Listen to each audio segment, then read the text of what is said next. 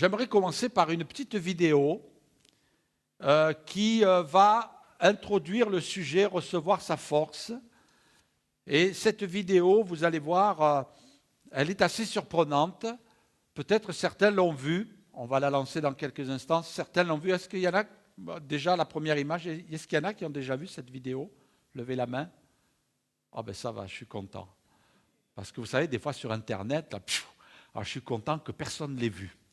Bon, ben après vous ne pourrez plus le dire. Mais j'aimerais que vous regardiez parce que je pense qu'on peut faire un parallèle avec la vie chrétienne. Alors, go! Il n'y a pas de son, il n'y a pas de musique, rien du tout.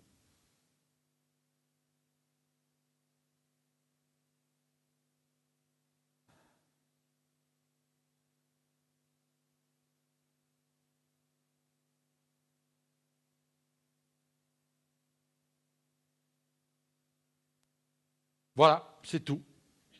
C'est pas mal, hein?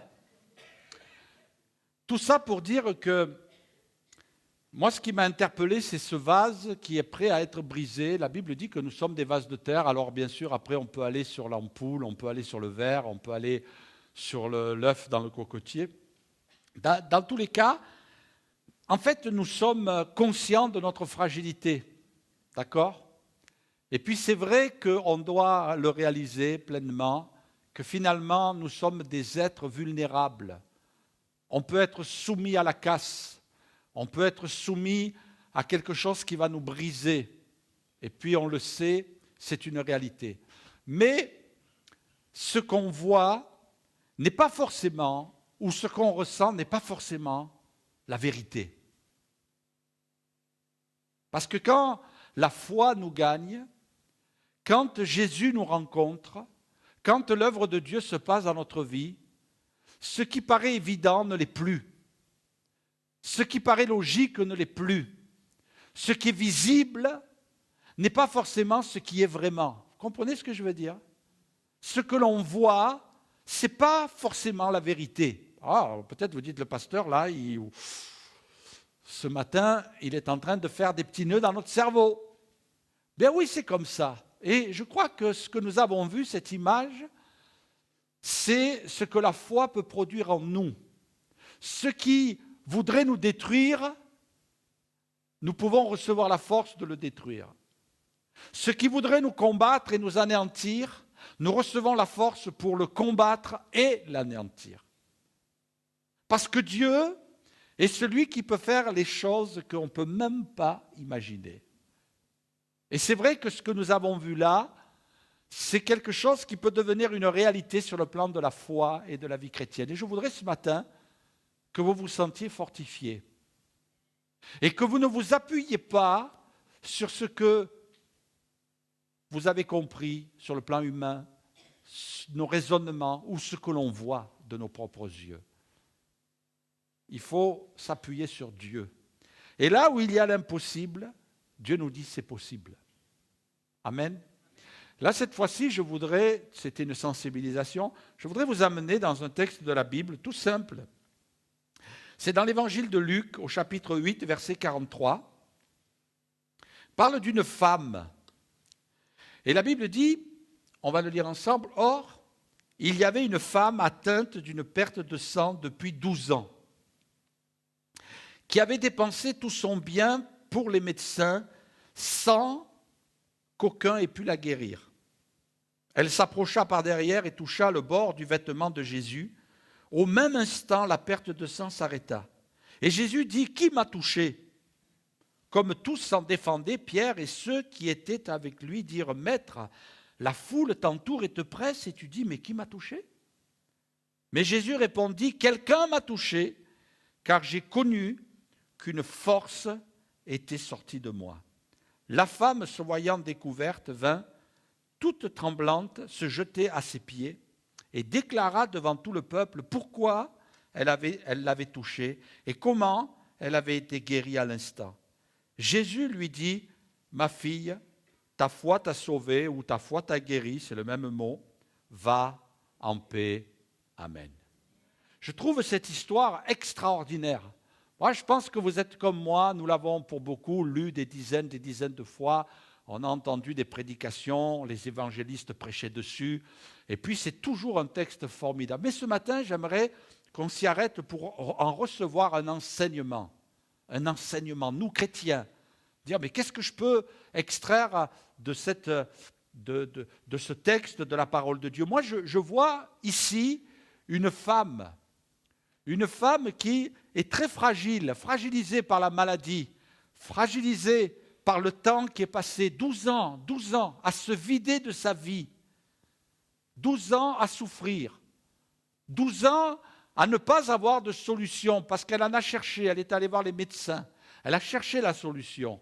Elle n'est pas restée là comme enfermée dans une fatalité en disant c'est ta vie ma pauvre fille, tu vas souffrir. Et puis on n'a pas là une femme, vous savez, avec de la personnalité, du caractère, qui vient là vers Jésus en disant oui c'est moi qui t'ai touché Jésus. Non, elle est toute tremblante, je ne sais pas quel physique elle avait mais peu importe.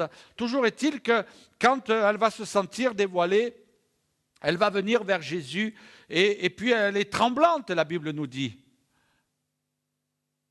Cette petite femme, si vous me permettez cette expression, de par sa vie qui est une vie de difficulté, de souffrance, cette femme qui est tremblante, qui est toute timide, eh bien, elle va vivre quelque chose d'extraordinaire qu'on ne voit nulle part ailleurs dans la parole de Dieu.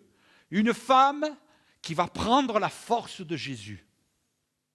Quand on dit, mais quelqu'un m'a touché, quand Jésus dit quelqu'un m'a touché, tout le monde est surpris en disant mais qu'est-ce qu'il est en train de nous dire là? Tout le monde est en train de le toucher. On se bouscule. Et là, non, Jésus a dit il y a quelqu'un qui m'a touché mais c'est différent. Il y a quelqu'un qui m'a touché mais ce n'est pas comme d'habitude. Oh mes frères et sœurs, j'aimerais ce matin que notre Seigneur Jésus dans le ciel dise à Limoges il y a quelqu'un qui m'a touché ce matin mais ce n'est pas comme d'habitude. Qu'est-ce que vous en pensez? Moi, je voudrais sortir de ce lieu ce matin et que je dise, j'ai touché Jésus et ce n'est pas comme d'habitude. J'ai touché Jésus, il y a quelque chose qui m'a saisi.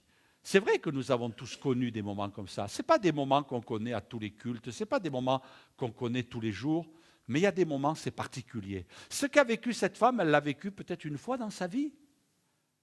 Une fois. Mais ça a été suffisant. C'est vrai qu'il y a des moments dans notre vie où on vit des expériences et elles sont uniques. On aimerait les vivre tous les dimanches. On aimerait les vivre une fois par an. Mais il y a des expériences qu'on fait avec le Seigneur, on va en faire qu'une comme ça.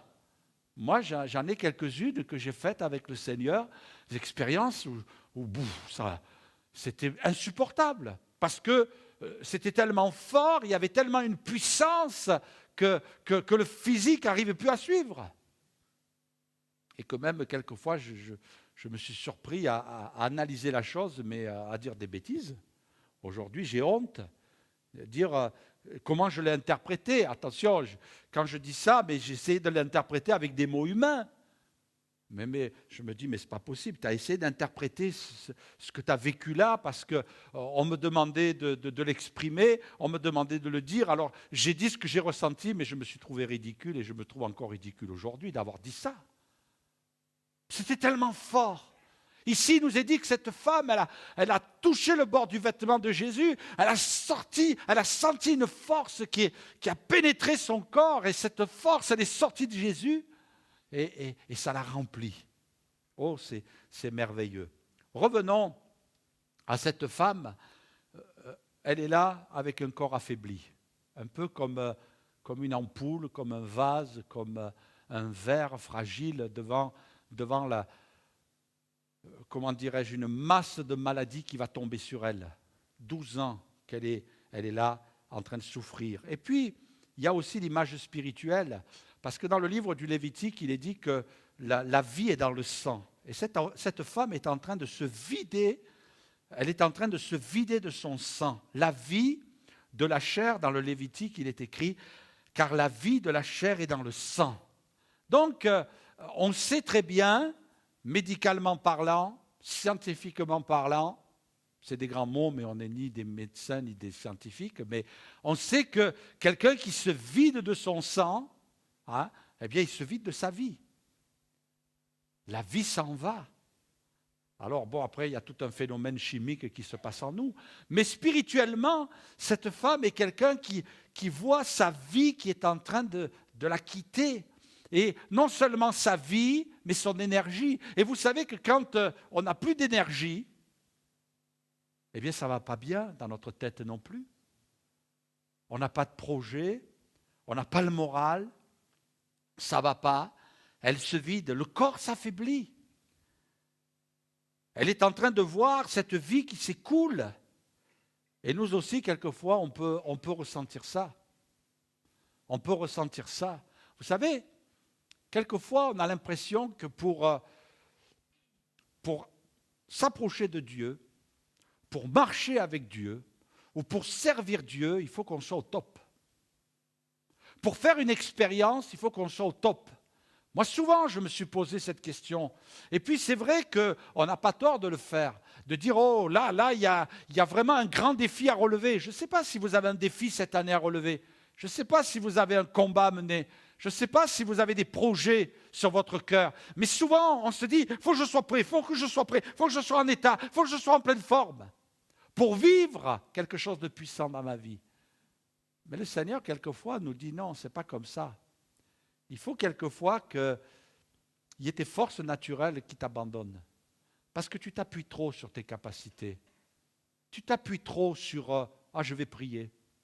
Tu t'appuies trop sur le fait il faut que j'ai la connaissance de la Bible. Tu t'appuies trop sur il faut que je jeûne. Tout ça, c'est très bien. Il faut le faire. Il faut le développer. Mais tu t'appuies trop là-dessus. Et tu dis si je suis en état, je peux m'approcher de Jésus. Et là, je vais être béni. Et puis on fait tout. On va passer du temps dans la prière, on lit la Bible pour fortifier notre foi, on peut faire des séminaires de jeûne et prière, mais on vit de belles choses dans ces moments-là. Alléluia. Mais nous, comme on s'appuie là-dessus, et qu'on dit, maintenant, il faut que tu me bénisses, Seigneur. Et puis quelquefois, on est béni, mais quelquefois, on ne l'est pas comme on le souhaiterait. Et on est là dans l'attente et on dit, ça ne vient pas. Un jour, l'apôtre Paul a compris, lui. Il a compris que son côté naturel s'affaiblissait de plus en plus. Et il est arrivé à prononcer un grand cri qui nous bénit. Il dira que quand il est faible, c'est là qu'il est fort. Quand il est conscient de sa faiblesse, quand il est conscient de sa misère, eh bien c'est là qu'il est fort. Parce que Dieu se glorifie au travers des choses faibles. Amen.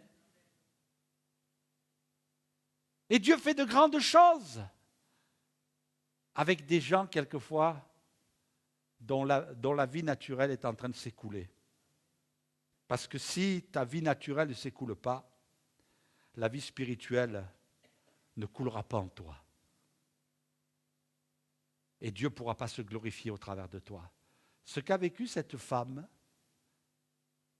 il n'y en a pas beaucoup qui l'ont vécu à l'époque de Jésus. Pas beaucoup qui l'ont vécu. Mais je crois que là, il y a quelque chose à saisir. Si tu te sens faible, si tu te sens petit, et laisse-moi te dire aussi qu'il y a des moments où le Seigneur veut t'affaiblir volontairement. Il y a des moments où le Seigneur veut faire de toi quelqu'un de petit pour que celui qui est grand puisse prendre la place et se glorifier. D'ailleurs, l'apôtre Paul veut dire petit. Saul de Tarse, ça veut dire demander. Demander à Dieu. Et il a dit, Seigneur, je veux plus ce nom, je veux un autre nom, le petit. Et quand il est petit, quand il est faible, il sent la puissance de Dieu.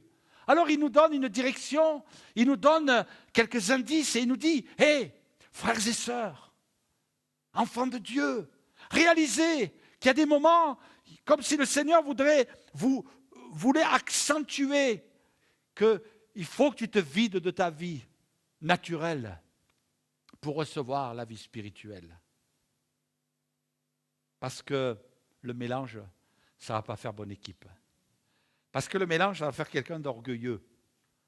Parce que le mélange, tu vas penser que tu es indispensable.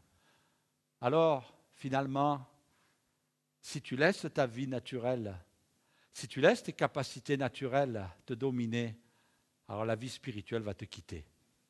Tu auras de la façade, tu auras peut-être de la tenue, Ah, il y a pas longtemps de ça, j'ai entendu un témoignage qui m'a effrayé. Je suis encore aujourd'hui choqué. Quelqu'un qui me disait, tu vois, alors je ne sais pas si la personne disait la vérité. Je ne dis pas qu'elle mentait, mais elle m'a donné son impression. Et cette personne me disait, tu vois, telle église, tu enlèves Dieu, ça tourne toujours. Et puis j'ai réfléchi là-dessus. Me dit, tu enlèves Dieu de cette église et ça tourne toujours, il y a toujours autant de monde. Waouh! Alors je ne peux pas vous dire ce matin, oui, c'est ce qu'il m'a dit, c'est la vérité, ça nous sera révélé dans le ciel. Mais je dis, si c'est vrai, c'est grave. Comprenez? Dans notre vie, quelquefois, ça peut tourner. Il y a même des gens qui parlent de Dieu, ça peut tourner. Il y a même des gens qui peuvent servir Dieu, ça peut tourner. Pourquoi? Parce qu'ils ont du métier. Parce qu'ils ont de la matière. Il y a des gens, quelquefois, ils vous donnent l'impression. Ils ont la façade. Mais Dieu n'y est plus. Et mes frères et sœurs, ce matin, j'aimerais que chacun nous prenions conscience de ça. Pour notre propre vie, mais aussi pour notre Église. Il ne faut pas que dans notre vie, ça continue à tourner et que Dieu nous ait quittés. Je me rappelle ce pasteur qui disait, oh, vous savez, c'est un vieux pasteur, hein, c'était quand il a commencé le ministère, il allait faire les visites en vélo. Donc vous voyez un petit peu l'époque. Hein. Quoique maintenant, c'est vrai, on est retourné au vélo, non. Mais là c'était parce qu'à cette époque-là, et puis il a acheté sa première voiture, et puis ensuite, et puis il disait aux gens qui montaient avec lui, tu sais, moi, je ne dépasse pas les 110 sur l'autoroute en voiture. Parce qu'après 110, les anges sortent de la voiture. Et je ne suis plus protégé. Ah, on a toujours rigolé autour de cette histoire, c'est vrai qu'elle est marrante. Alors, quand ce pasteur montait avec quelqu'un qui roulait un peu vite, il disait, ah, va doucement, les anges vont descendre. Mais quelle image aussi, à des moments donnés dans notre vie, en disant, hey, fais attention parce que tu risques de voir Dieu descendre de ta vie, te quitter ton cœur, quitter ton foyer. Et tu t'appuies sur tes forces. Cette femme-là, elle se vidait de sa vie. Elle était en train de dépérir. Alors elle a cherché des solutions. Elle est allée voir des médecins. Et puis, visiblement, elle avait de l'argent. Elle est allée voir plusieurs médecins, 12 ans qu'elle était atteinte de perte de sang. Et puis, elle allait voir des médecins. Et finalement, c'est l'image de quoi? C'est l'image de la femme, c'est l'image de nous, c'est l'image de l'Église qui s'appuie sur l'humain. L'humain avec ses capacités, parce qu'elle ne s'est pas trompée. Hein. Elle n'est pas allée voir, je ne sais pas moi, elle n'est pas allée voir un boucher, elle n'est pas allée voir un postier, elle n'est pas allée voir le maire de sa ville.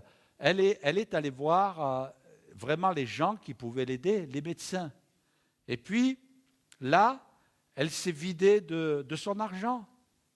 Elle s'est vidée de ses richesses qu'elle avait. Alors, richesse, est-ce que le mot est adapté? Je ne sais pas. Mais toujours est-il qu'elle avait tout dépensé. Et chacun arrivait avec sa solution. Ça ne veut pas dire qu'il ne faut pas aller voir les médecins. On est bien d'accord. Là-dessus, il n'y a pas de souci. Dieu a donné des capacités. Ce n'est pas parce qu'on est chrétien qu'on ne raisonne plus. Dieu nous a donné un cerveau. Il y en a certains, il est très usé. Il y en a d'autres, il est en très bon état, il n'a jamais servi. Non, c'était pour rigoler. Hein. Je ne vous méprise pas. Mais toujours est-il que Dieu nous a donné un cerveau, il faut le faire fonctionner. Ça ne va pas venir du ciel. Il y a des choses, et puis même Dieu peut te donner des idées aussi. Et puis te dire, tu pries, tu veux une solution, ben fais ça. Va là, tape à telle porte. Et puis, ça fonctionne bien. Mais quelquefois, c'est trop. Regardez ce texte quand même impressionnant dans la Bible, dans le livre de Jérémie, où il est dit « Maudit soit l'homme qui se confie dans l'homme, qui prend plaisir, qui prend la chair pour appui, et qui détourne son cœur de l'Éternel. Il est comme un misérable dans le désert. Il ne voit point arriver le bonheur. Il habite les lieux brûlés du désert, une terre salée et sans habitants. Béni soit l'homme qui se confie dans l'Éternel, et dont l'Éternel est l'espérance. Il est comme un arbre planté près des courants d'eau, et qui étend ses racines vers le courant. Il n'aperçoit point la chaleur quand elle vient, et son feuillage reste vert. Dans l'année de la sécheresse, il n'a point de crainte, il ne cesse de porter du fruit. Amen. C'est vrai qu'on a le droit de s'appuyer sur les hommes, mais si on s'appuie plus sur les hommes que sur Dieu, ça ne va plus. Ça ne va plus. Je crois que Dieu veut la première place et il veut la garder. Cette femme, elle a cherché parmi les humains. Et puis elle s'est aperçue que les humains étaient limités. Moi, je suis sûr que tous les médecins qu'elle est allée voir étaient de bonne foi. D'ailleurs, celui qui a écrit cela, c'est l'évangéliste Luc qui était médecin. C'est le seul d'ailleurs qui en parle. C'est le seul qui en parle. Et puis,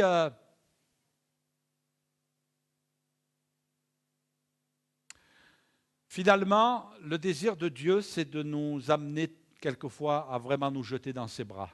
Pour ne pas dire, mes frères et sœurs, il y a des moments où Dieu veut nous jeter à genoux. Moi, j'ai connu ces périodes où quelquefois j'ai cherché comme ça parce que mon cerveau fonctionnait pour essayer de trouver des appuis. Et finalement, c'était une leçon de Dieu où Dieu me disait par le Saint-Esprit, t'as pas compris mon pauvre gars là, t'es un peu long à comprendre. Enfin à moi il me disait, c'est pas à vous, vous comprenez vite. Hein. Mais moi j'ai un petit peu le cerveau lent des fois. Hein. Et puis le Seigneur me dit, mais t'as pas compris là ce que je suis en train de te faire vivre. Je te veux à genoux. Parce que j'ai remarqué que tu as tendance un petit peu à négliger le fait d'être à genoux devant ma face. Je te veux à genoux. Alors si tu ne t'y mets pas, parce que je t'aime, parce que tu es mon serviteur, parce que je t'ai donné des responsabilités, alors moi je vais t'y mettre à genoux. Je vais t'y mettre à genoux. Et pour te mettre à genoux, parce que comme je sais comment fonctionne l'être humain, moi je suis le créateur, je suis celui qui t'est sorti de mes mains, je sais comment tu fonctionnes, mais comme tu es têtu, hein, eh bien, je vais te mettre à genoux. Et pour te mettre à genoux, je sais comment je fais avec toi. Un petit coup derrière la tête, et puis là, tu vas te mettre à genoux. Et tu vas comprendre que tu dois compter sur moi, et que tu dois compter que sur moi. Plus j'avance dans la vie avec Dieu, plus j'avance dans la vie du serviteur de Dieu, et plus je comprends, mes frères et sœurs, même ce qui semble quelquefois, excusez, peut-être je vais vous choquer, mais ce qui semble quelquefois le plus sacré parmi les hommes, quand je dis sacré, c'est spirituel, eh bien, plus j'avance et plus je me dis, les yeux, il faut les lever vers le haut.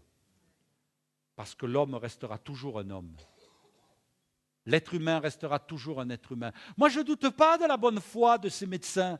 Je ne doute pas qu'ils aient essayé d'aider cette femme. Mais elle n'avait pas éprouvé de solution et puis elle avait usé toutes ses richesses.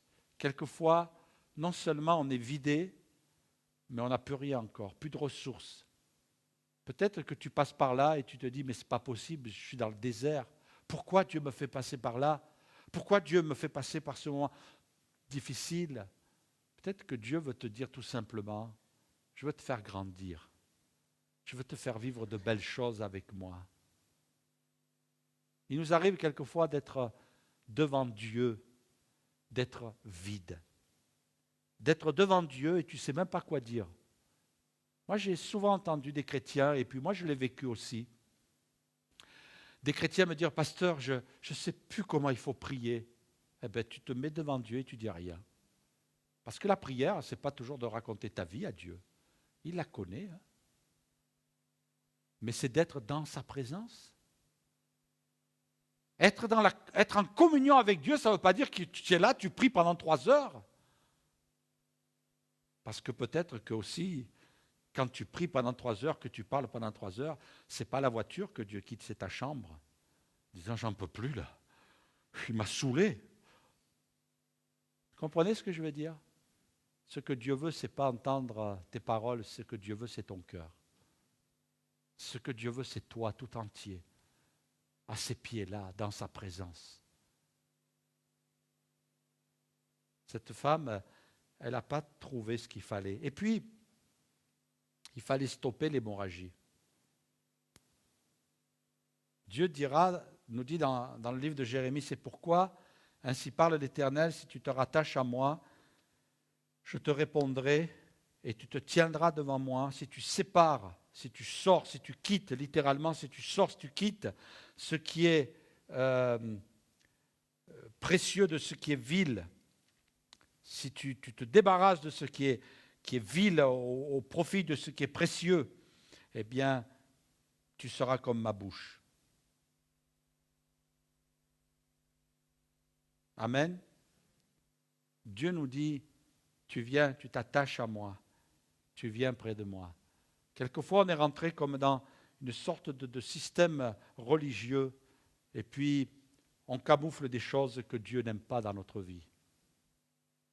Cette femme, elle était malade. Elle était atteinte de perte de sang, d'hémorragie. Elle se vidait de sa vie. Et puis, il fallait stopper l'hémorragie. Et je crois que quelquefois, mes frères et sœurs, ça peut être volontaire aussi. On peut se vider de l'énergie, on peut se vider de la puissance de Dieu, on peut se vider de l'œuvre de Dieu dans notre cœur parce qu'on se permet des choses dans la vie chrétienne que Dieu n'approuve plus, que Dieu n'aime pas. Des choses qui vont comme nous affaiblir, des choses qui vont nous freiner. Cette femme, elle était diminuée à cause de la maladie qu'elle avait. Et quelquefois, il y a comme des virus. Moi, j'étais impressionné. Ça fait 2 semaines, là, j'entends des choses qui m'impressionnent. J'ai appris, d'après des études qui sont toutes récentes, là, qui ont été faites, que nous sommes les champions de France. Le Limousin, nous sommes les champions de France de la consommation des antidépresseurs. Vous le saviez, ça? Allez consulter sur Internet, vous allez voir. Je suis allé faire, je suis tombé comme ça dessus. Nous sommes les premiers. Limousin, Auvergne, 2e.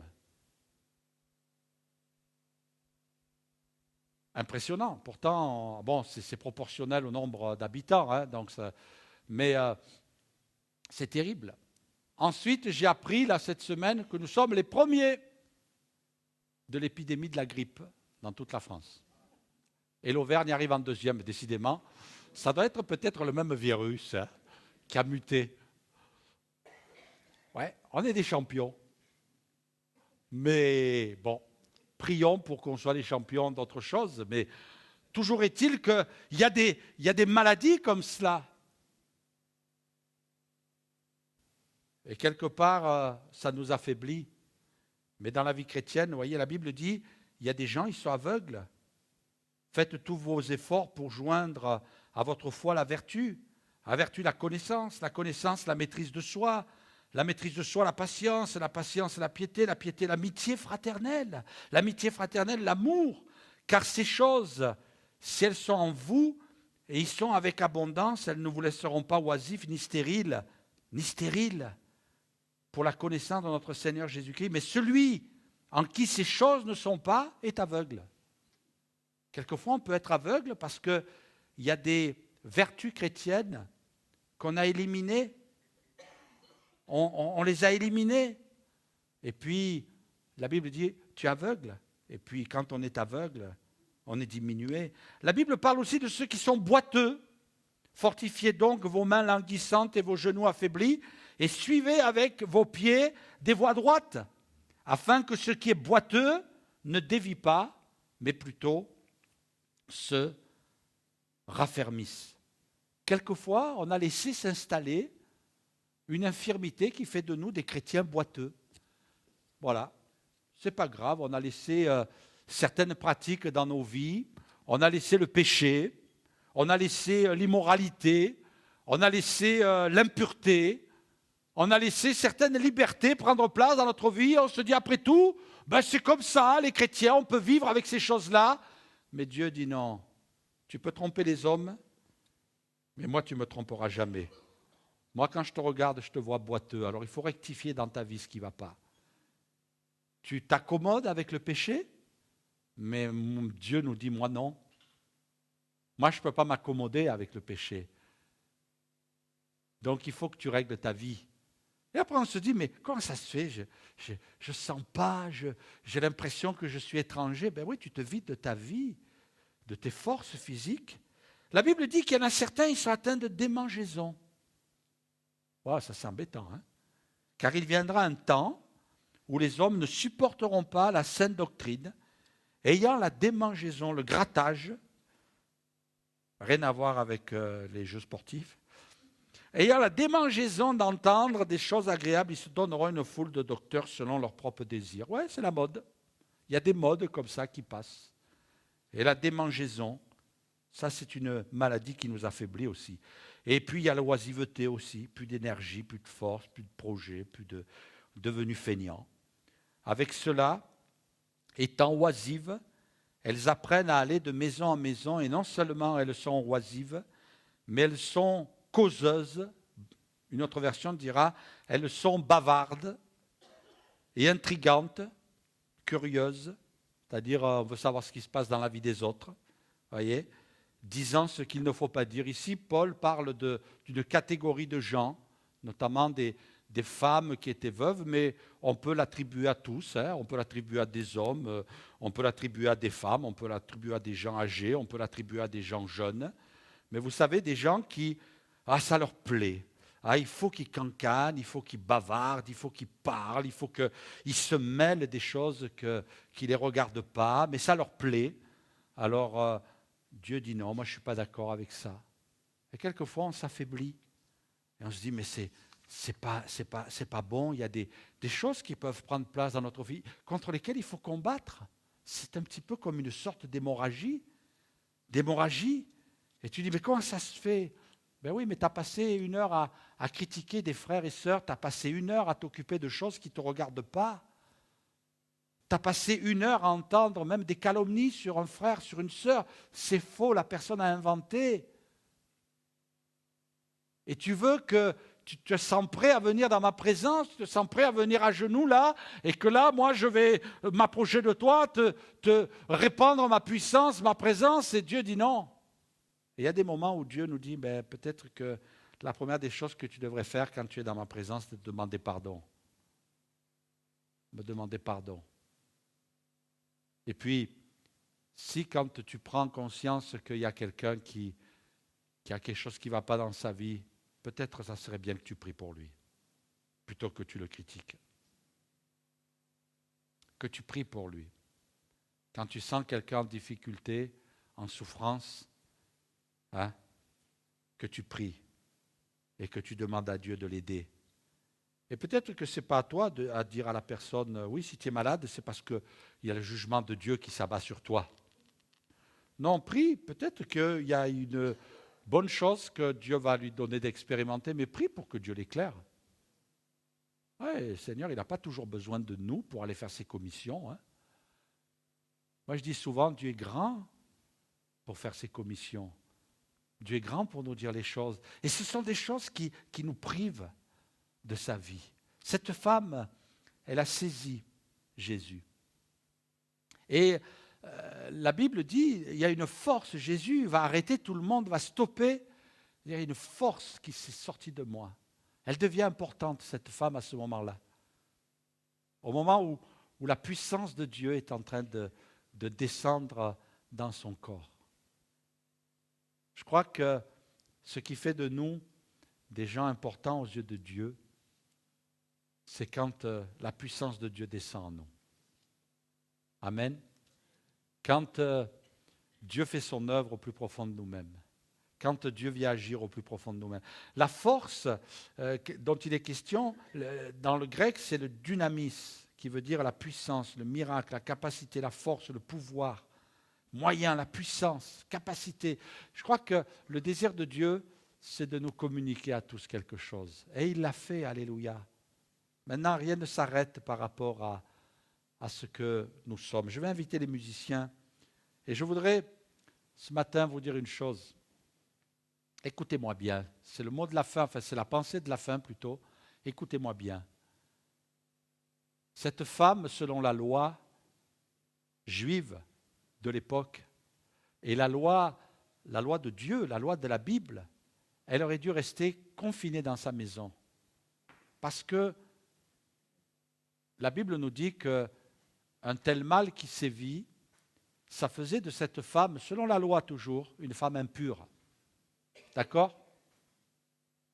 Et tout ce qui touche l'impureté, tout ce qui est impur, écoutez-moi bien, tout ce qui est impur ne doit pas toucher ce qui est pur. On est d'accord ? Si cette femme, selon la loi toujours, elle touchait quelqu'un, elle touchait un vêtement, il fallait que ce quelqu'un, il fallait qu'il se lave tout de suite, il était impur jusqu'au soir. Selon la loi, il était impur jusqu'au soir. Cette femme qui a touché les vêtements de Jésus, il fallait prendre les vêtements, il fallait les laver. Immédiatement. C'était la loi. Bien sûr, vous comprenez bien qu'il y avait des lois qui étaient des lois bibliques, spirituelles, mais qui étaient en même temps des lois d'hygiène. Parce qu'à cette époque-là, l'hygiène, on sait qu'aujourd'hui, si c'est prouvé scientifiquement, si on vit plus longtemps, c'est parce qu'on a une meilleure hygiène.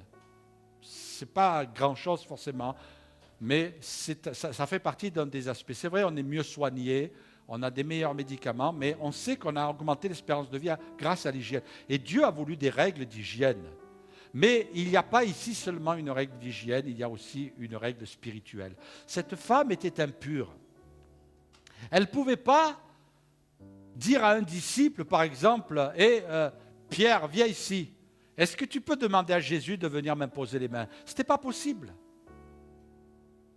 Si cette femme, un petit peu comme les lépreux à cette époque-là, était venue dans la foule et qu'on avait plus ou moins constaté la maladie, il fallait la chasser, lui dire « Écoute, va-t'en femme, tu es impure, va dans ta maison jusqu'à ce que tu sois guérie de ton impureté. » Et une fois qu'elle était guérie de son impureté, il fallait qu'elle fasse constater au sacrificateur la guérison. C'était comme ça que ça se passait à cette époque-là. Quand un lépreux était guéri, il fallait qu'il aille voir le sacrificateur l'examinait. Quand une maison atteinte de lèpre, eh bien la lèpre avait été éradiquée, il fallait que le sacrificateur aille examiner la maison et puis ainsi il déclarait la guérison. Et cette femme, si elle avait été guérie, elle devait aller voir le sacrificateur et dire « Voilà, sacrificateur, ça fait 12 ans, ma maladie est terminée. » Non, cette femme, elle a passé au-delà des obstacles, et même, j'oserais dire, de ce qui était conventionnel. Mais remarquez, mes frères et sœurs, ce qui s'est passé. Cette femme impure, elle aurait dû communiquer l'impureté à Jésus. Ben oui. En plus, quand il est dit qu'elle a touché le bord de ses vêtements, le bord des vêtements des Juifs, il y avait des franges. Et ces franges étaient là pour rappeler la loi. Cette femme, en touchant Jésus, elle aurait été aussi coupable et elle aurait eu la même sanction que le sacrificateur Uza qui a touché l'arche. Elle aurait dû être foudroyée. Dans l'Ancien Testament, cette femme, elle aurait été morte. Elle aurait été frappée du jugement de Dieu. Mais cette femme qui paraît fragile, qui paraît tremblante, elle est tout un symbole de foi. Parce que, selon la loi, la connaissance de la loi, elle aurait dû savoir qu'en touchant Jésus, c'était la mort qui devait l'atteindre. Mais sa foi en Jésus l'a amenée à réaliser que la pureté de Jésus pouvait la purifier de son impureté. Est-ce que vous réalisez, mes frères et sœurs, ce qui s'est passé à cette époque-là? La pureté de Jésus était plus puissante que l'impureté. Et cette femme atteinte de perte de sang qui la rendait impure allait toucher celui qui allait verser son sang sur la croix. et qui allait la purifier. Le sang de Jésus, la Bible nous dit, nous purifie de tout péché. Le sang de Jésus, en face du sang de l'impureté, le sang de Jésus. Et il y a des moments dans notre vie, mes frères et sœurs, on a besoin d'entrer dans notre chambre. On a besoin d'aller dans la présence de Dieu. Ce matin, je voudrais t'inviter à venir un peu plus dans sa présence et de dire, Seigneur, il y a trop de sang d'impureté qui coule. Ça sort de ma bouche par des critiques, par des paroles, par des insultes, par des mots grossiers, par des paroles de colère. Il y a trop d'impuretés qui sont sorties de ma bouche. Il y a trop d'impuretés, Seigneur, en moi. Peut-être ce matin, tu prends conscience de ça. Et tu te dis, parce que dans la présence de Dieu, on ne sort jamais intact. Et tu dis, il y a trop d'impuretés qui se sont accumulées dans ma vie, des mauvaises pensées, des mauvais comportements. Et le Seigneur nous dit, mais ça fait combien de temps que tu n'es pas venu dans ma présence pour me dire, purifie-moi par ton sang, Jésus. Lave-moi comme tout à nouveau. Ce matin, peut-être tu sens l'impureté. Tu dis, je me comporte comme un impur. Mais Jésus te dit ce matin, viens, je vais te purifier. Alors peut-être tu es découragé. Tu dis, à quoi bon? À quoi bon? Parce que cette semaine, peut-être je vais recommencer. Mais Jésus dit, je peux même stopper ton hémorragie, comme je l'ai fait pour cette femme. Ah Seigneur, ce matin, je voudrais que tu stoppes en moi ce qui n'est pas bon, ce qui n'est pas beau, ce que je traîne. Là, ce matin, je suis seul devant toi, et puis je suis conscient, Seigneur, peut-être de cette colère, peut-être de cette haine, peut-être de ce désir de vengeance. C'est tous des sentiments humains, tout ça. Mais ce n'est pas des sentiments divins. Et Dieu veut qu'on soit divin, parce qu'il veut nous rendre semblables à lui. Et ce matin, il faut stopper l'hémorragie. Mais le Seigneur te dit, viens voir vraiment celui qui peut agir. Arrête ton péché. Arrête de te justifier. Arrête de t'excuser. Ouais, mais aujourd'hui c'est comme ça. Ouais, mais le Seigneur reste le même. Et ce matin, il veut te purifier. Et puis, troisième chose, non seulement cette femme a reçu la pureté de Jésus, non seulement elle a été purifiée par le sang de Jésus, elle a senti que l'hémorragie a été stoppée. Elle aurait pu se contenter de ça, mais il y a une puissance qui est tombée sur elle, une force qui est tombée sur elle, une dynamis qui est tombée sur elle. Et chaque fois que j'emploie ce mot dynamis, je me dis c'est une dynamite qui a pénétré son cœur. Après tout, Jésus aurait pu dire, écoute, à cause de ta maladie, tu as été impur, contente-toi de la guérison, contente-toi du pardon que je te donne. Mais, oh, combien le Seigneur est bon ce matin. Combien le Seigneur est bon ce matin. Combien il est bon pour nous de réaliser qu'il veut me remplir de sa puissance. Le Seigneur ne veut pas te refouler. Il ne veut pas te rejeter. Il ne veut pas dire, allez, c'est fini, c'est terminé. Non, il veut te bénir ce matin. Il veut mettre sa puissance en toi. Ce matin, il veut te baptiser du Saint-Esprit. Ce matin, il veut te donner les dons spirituels. Ce matin, il veut agir dans ton cœur, dans ta vie. Alléluia.